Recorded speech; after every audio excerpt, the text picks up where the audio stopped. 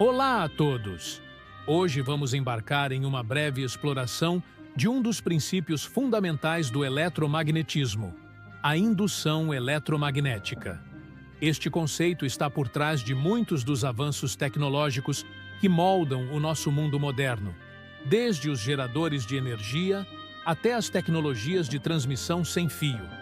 A indução eletromagnética permite a conversão de movimento em eletricidade, ilustrando de forma prática a interação entre os campos magnéticos e elétricos. No experimento que veremos hoje, vamos explorar de forma simplificada como essa conversão de energia pode ocorrer. Por meio da... Deu certo? Opa, deu. Finalmente. Acaba mais essa aí tentando roubar nossos empregos. E aí, pessoal, já imaginaram transmitir energia elétrica entre dois fios que não estão se tocando? Isso parece um pouco absurdo, porque por onde os elétrons iriam passar? Mas isso é muito bem possível com a indução eletromagnética. Nós podemos replicar ela utilizando esses dois carinhas aqui, uma bobina de transmissão e uma bobina de recepção. Eles são constituídos basicamente por fios de cobre, um transistor NPN, um resistor, fitas isolantes e uma lâmpada de LED para atestar que ela está funcionando. Querem ver ele funcionando? Vamos passar agora para o Kaique. Nesse vídeo, nós ligamos a bobina de transmissão a uma bateria e aproximamos essa bobina da bobina receptora, de maneira que elas não se toquem. Podem observar que, variando a distância, a intensidade do LED também varia. Observem que colocamos um papel entre as bobinas para mostrar que o campo magnético da emissora continua afetando a receptora, mesmo através dessa superfície, o que é o suficiente para ligar o LED.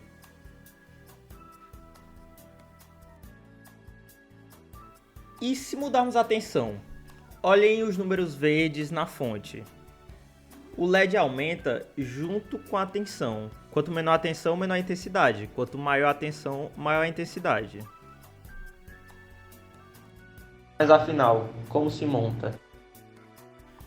Para a bobina emissora, comece se separando 10 cm de fio para um dos polos e enrolando 30 voltas. Deixando mais 20 cm de fio após a última volta, que é dobrada e enrolada mais 30 vezes. É conectado então um resistor na base do transistor e depois a extremidade esquerda da bobina emissora é conectada a esse resistor. Já a perna direita do transistor, o coletor, é conectada à extremidade direita da bobina emissora, fechando o circuito. Já para a bobina receptora, separa-se 10 cm de fio no início, enrola-se o fio 60 vezes e no final também separam-se 10 cm de fio. O LED é então conectado às duas extremidades da bobina receptora, sem importar a polaridade. O polo negativo da fonte de alimentação vai para o fio do meio da bobina, enquanto o polo negativo é ligado à perna esquerda do transistor, que é o emissor.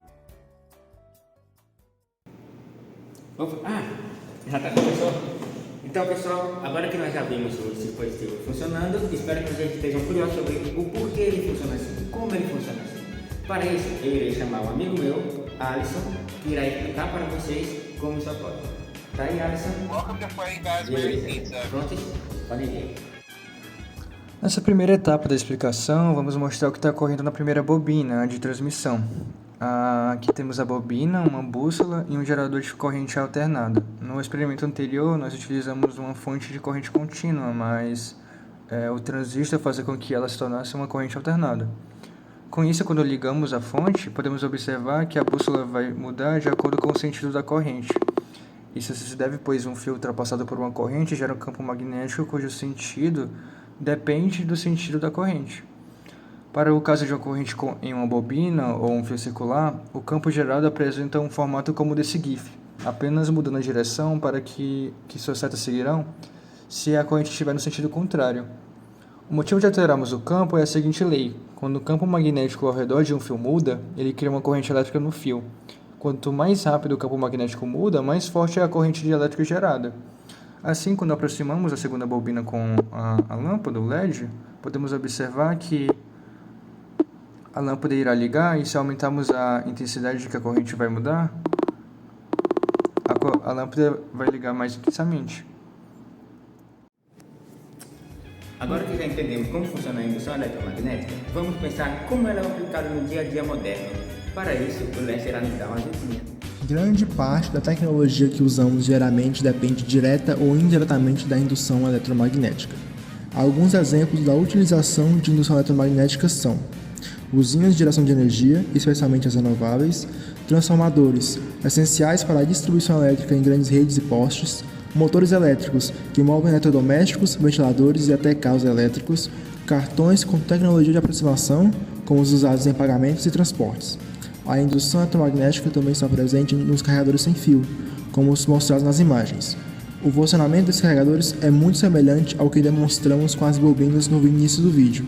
Uma corrente alternada circula por uma bobina dentro do carregador, gerando um campo magnético variável.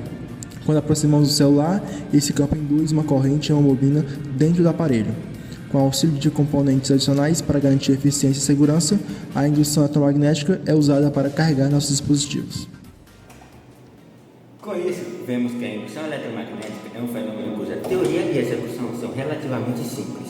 Isso, aliado à sua vasta gama de aplicações, tornou uma peça-chave no desenvolvimento moderno da humanidade. Espero que este vídeo tenha sido crucial, ou pelo menos dado um pouquinho de desejo em vocês de estudar a linda área que é o eletromagnetismo, e obrigado pela atenção.